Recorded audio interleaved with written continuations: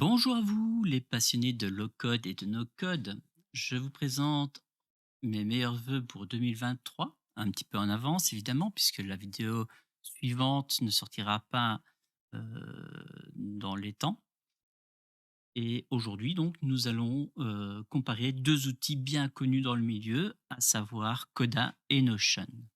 Il s'agit ici de mettre en avant les fonctionnalités de l'un ou de l'autre dans le seul but de bien choisir son outil de gestion de projet, etc.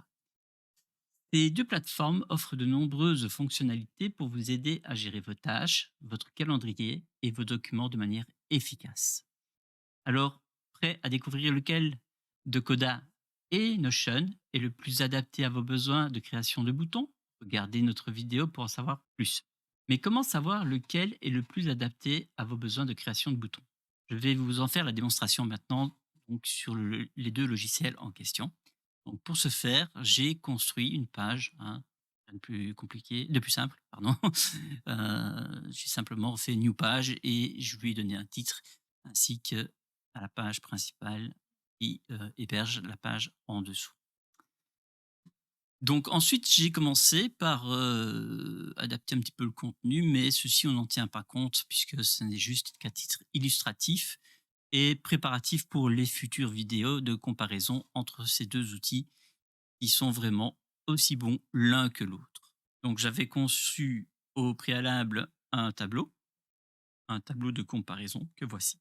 Ce tableau est à but juste indicatif, donc pour vous montrer les points forts et les points faibles au fur et à mesure que l'information évoluera. Donc la comparaison, devrais-je plutôt dire, puisque ce n'est pas une formation en soi, c'est plus une comparaison des deux outils. Et pour ce faire, donc, j'ai nommé ce tableau comparatif Coda vs Notion avec plusieurs objectifs, hein, dont son prix, l'applicatif, etc. Et les deux produits concernés, ainsi que la possibilité de dire qu'on est pour ou contre en fonction des critères. Par exemple, je sais que dans Notion, la bannière est vraiment ridicule, on voit rien du tout, donc je vais mettre un point positif à Coda pour les bannières. Voilà comment on va fonctionner un petit peu. Et si vous avez des suggestions de votre côté, n'hésitez pas à m'en faire part parce que Notion, je le reprends en main après presque 12 mois d'absence, hein.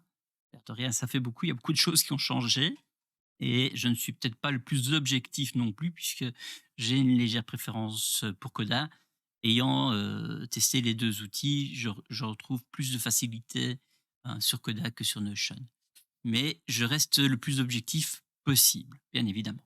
Donc, une fois qu'on a fait ce tableau, on n'en parle plus pour le moment. Je vais le réduire d'ailleurs, comme ça c'est. Le sujet, c'est quoi? C'est comme je l'ai dit, donc c'est la conception, la création des boutons dans Coda et dans Notion.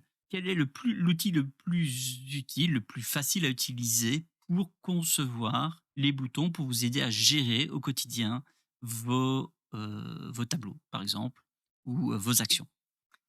J'ai illustré ici 3 exemples, le push button, le open link et le add row, par exemple.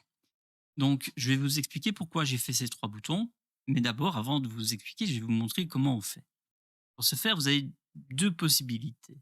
Le traditionnel slash button, d'accord? Et là, vous choisissez ce que vous voulez dans la liste des boutons proposés, d'accord? Vous pouvez également alors, utilisez le slash encore une fois, mais cette fois-ci, vous pouvez aller directement au nom concerné. C'est-à-dire que si je veux faire un open link, un bouton open link, eh bien, il me propose directement le bouton en question. Donc, je clique dessus et je peux le compléter en fonction de mes critères. D'accord? Ça, c'est deux possibilités très faciles à mettre en place. La troisième possibilité, c'est d'insérer ce fameux bouton. Alors ça fonctionne de la même façon, bien évidemment. Donc on va dans Button, donc d'abord Insert, puis Button. Peut-être un peu vite, donc je vais vous remontrer. Insert, bouton, ou button en anglais. Et là, vous avez exactement la même chose. C'est le même bouton, il n'y a pas de différence, sauf qu'ils sont pré-remplis, entre guillemets. Par exemple, si je prends le Add Row, je fais glisser ici, eh bien, vous voyez bien que c'est un Add Row. Je n'ai plus qu'à choisir la table. Si je prends là hein, des tableaux. Et puis, alors, ce qui est important de savoir, c'est est-ce que vous voulez simplement remplir la rangée ou la colonne de, de quelque chose ici de particulier ou pas. Si vous voulez pas ou vous ne savez pas ce que vous voulez ajouter comme information directement, vous pouvez en rajouter au fur et à mesure, hein. Par exemple, si je prends Coda, je peux rajouter une valeur vierge au départ. Alors, si je ne me trompe pas, je dois mettre voilà, 2 cotes comme ça, puis je fais un plus, et puis là, je fais comparaison, et ainsi de suite. D'accord. Donc, ça, c'est quand on ne sait pas ce qu'on veut. Et le plus facile, à mon sens, serait d'utiliser la possibilité d'éditer. D'éditer, pourquoi? Parce que vous pourrez choisir où vous voulez faire l'ajout en question. D'accord. Donc là, vous choisissez la couleur, vous choisissez l'icône qui est déjà mise en place, et vous choisissez le type d'alerte que vous voulez s'il y a une erreur, par exemple, avec votre bouton. Voilà. Une fois que c'est fait, eh bien, vous cliquez dessus. Moi, ça va m'ouvrir donc la fameuse fenêtre du tableau en question, et je vais pouvoir choisir, par exemple, dans la liste, une comparaison, je ne sais pas moi, pour le prix. Donc, Coda, je vais le trouver trop cher, trop cher. Donc, je vais mettre ici un point positif plutôt pour Notion. Je vais chercher après, et je vais le laisser comme ça. Pour le moment, on va voir ce que ça donne, et on voit bien que donc dans prix, j'ai bien mon trop cher et le positif dans Notion. Alors, je peux encore évidemment éditer ceci en appuyant sur les 2 petites flèches là, et dire que Notion offre un plan gratuit. Si je l'écrivais correctement, ça serait mieux. Voilà. Moins limité. Je sais qu'il est moins limité de base comparé à Coda. Coda offre également un plan gratuit, mais il est trop limité pour pouvoir s'amuser avec. Donc voilà. Moi, c'est comme ça que je vois les choses avec ce tableau, hein. C'est une façon assez agréable de travailler, je trouve, et de pouvoir en plus, par catégorie, rajouter les informations. Ici, je vois que j'ai un petit doublon, c'est pas grave, on le supprime. Voilà. Comment fonctionnent ces boutons, hein? C'est vraiment la base de la base. Et maintenant, je vais vous montrer leur utilité globale. Donc ici, il m'avait conçu ça dans un tableau de 2 colonnes. J'ai maintenant donc une vue de ce tableau, hein. J'ai créé ici une vue. D'ailleurs, on voit bien, il me l'a mis en plus un jour automatiquement, hein. J'ai le Open Link. Alors, que fait le Open Link? Si je l'analyse, eh bien, je l'ai nommé Google. C'est un type de bouton hyperlien, d'accord? Hyperlink en anglais. Je lui ai mis son URL, sa taille, sa couleur et une icône, d'accord? Je clique dessus, il m'ouvre instantanément la page en question. Vous avez remarqué qu'il y a eu 0 latence. C'est instantané pour ce type de page, d'accord? Maintenant, vous aurez certainement des pages parfois qui sont beaucoup plus lourdes, évidemment, que Google, qui mettront un temps plus ou moins long à être chargées. Mais ça dépendra du développeur qui aura ou non optimisé son site web, d'accord? Vous avez, avec ce type de bouton aussi la possibilité d'ouvrir les pages directement, d'accord? Si je reviens ici, là, et que je fais copy link to page, donc il va me copier le lien de la page, et je n'aurai plus qu'à remplacer l'URL par le lien de la page, et ça fera la même chose, d'accord?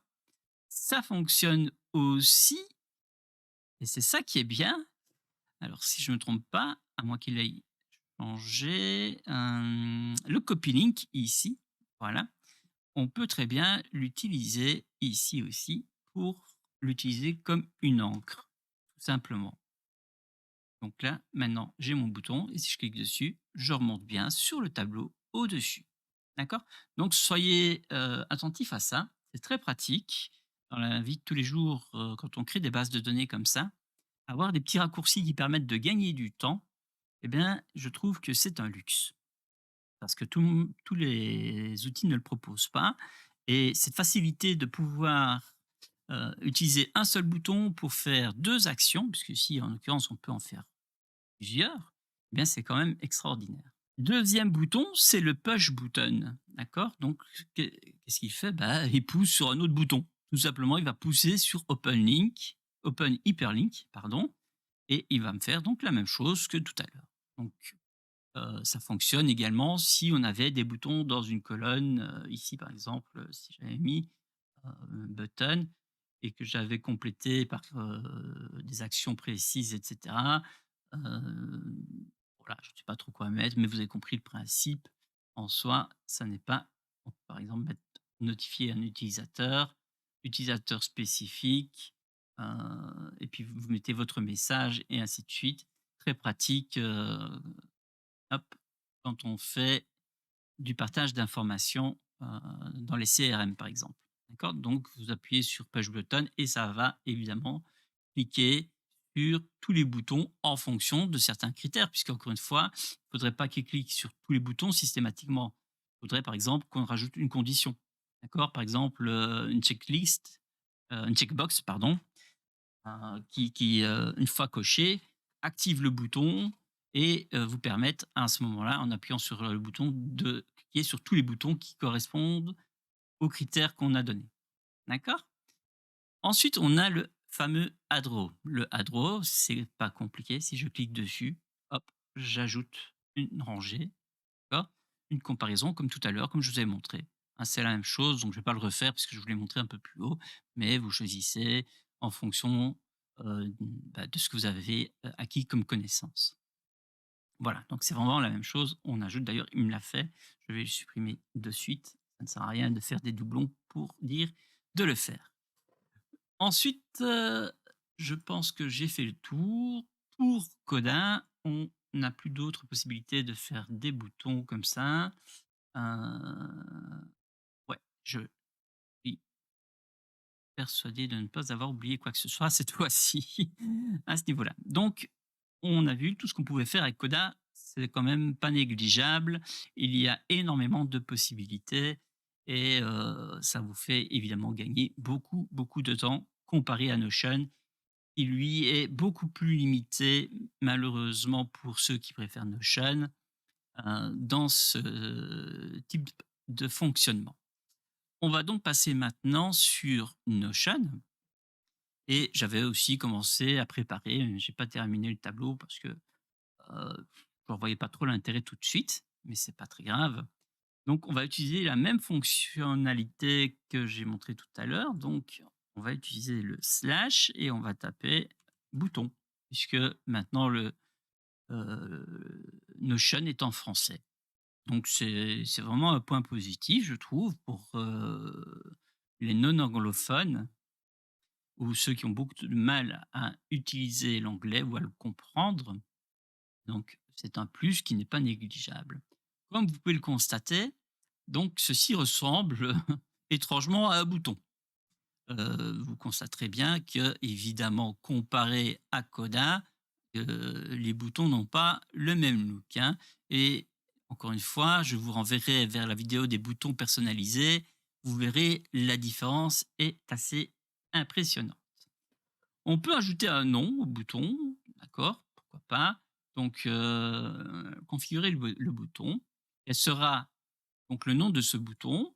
Bah, ici, ajouter une nouvelle tâche, pourquoi pas. Ou alors, on peut changer le type. Si je ne me trompe pas, on peut le transformer en ce qu'on veut de disponible dans la liste quand on fait un slash, ou quasiment en tout cas. On pourrait dire, par exemple, de créer un titre. Tiens, pourquoi pas. Ce sera sa nouvelle fonction. Euh, créer un nouveau titre de niveau 1. Pourquoi 1? Puisque c'est le titre du plus haut niveau. D'accord? Donc c'est le fameux H1, H2, H3 jusque H6 pour ceux qui connaissent en HTML.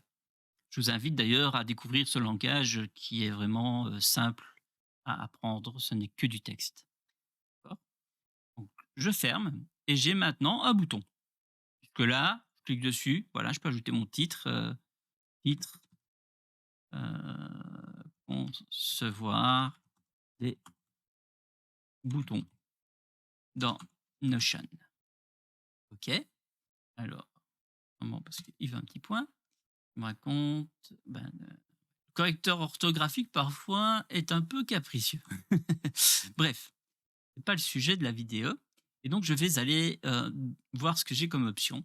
Qu'est-ce que j'ai comme option d'ailleurs pour ce fameux bouton? Alors je peux le configurer comme j'avais fait, tout à l'heure, OK? Là rien de bien intéressant. Je peux le supprimer, je peux le dupliquer, pourquoi pas. Je peux copier le lien vers ce bouton, ça pourrait être utile. Je peux le déplacer, encore heureux et je peux commenter. Ma foi, commenter un bouton, est-ce vraiment utile? En général, on lui donne un titre qui, parle de lui-même. D'accord? Ça, c'est pour les premières options et si je reviens là, pareil, ça fait un peu doublon d'ailleurs, hein, configurer le modèle ici, ça rentre avec le plus d'action. Oui, on pourrait d'accord, OK, je vois un peu le principe. Déposez ici les blocs que vous souhaitez dupliquer à chaque fois que vous cliquez sur le bouton. OK, vous pourrez donc rajouter d'autres éléments. Pourquoi pas? Pourquoi pas? Mais encore une fois, est-ce vraiment l'utilité d'un bouton de créer un style de template alors qu'il est extrêmement facile, je le répète encore une fois, dans Coda. Et encore ceci, ce que j'ai mis autour, ce sont des call-out, d'accord? Ça n À la base, il n'y a rien, hein, c'est, le bouton tout seul, d'accord? Donc moi, je l'ai mis en forme autour comme ceci, parce que le style est sympa et je peux l'enlever très facilement, d'accord? Je ne pense pas que Notion, encore une fois, le permette parce que j'avais testé, ici. Alors est-ce que je peux le supprimer? Alors je vérifie, l'encadrer. Ouais, je peux vérifier comme ça, mais c'est pas ouf. Donc il m'enlève pas vraiment l'encadré complet. Donc on est bien d'accord, même pour les call-out, puisque c'est comme ça que ça s'appelle en anglais, c'est pas top quoi, hein. Bien d'accord. Donc voilà. Il y a rien de plus. En réalité, dans Notion, il est tellement limité à ce niveau-là que, il est quasiment inutilisable en termes de fonctionnalité de boutons. Voilà qui clôture donc cette vidéo. J'espère que vous avez apprécié ce petit comparatif. Si ça vous intéresse d'en avoir plus, je suis, ouvert à chaque proposition. Évidemment, comme je vous l'ai dit précédemment, Notion, je suis un peu limité pour le moment dans son, utilisation puisque ça fait 1 an que je ne l'ai pas utilisé et honnêtement, je ne veux pas raconter n'importe quoi. Donc si je ne sais pas, je vous renverrai, vers la chaîne de Creacity et si je sais, ben, je vous répondrai en vidéo comme je le fais, habituellement dans les plus brefs délais. Encore une fois, je vous souhaite une bonne année 2023, plein de bonnes choses, mais surtout, je vous demanderai de bien vouloir liker, de commenter la vidéo et surtout de cocher les notifications de celle-ci pour que je sois, enfin pour que vous soyez plutôt tenu au courant de la publication de ces vidéos. Voilà. Sur ces bonnes paroles, je vous dis à bientôt dans la prochaine vidéo.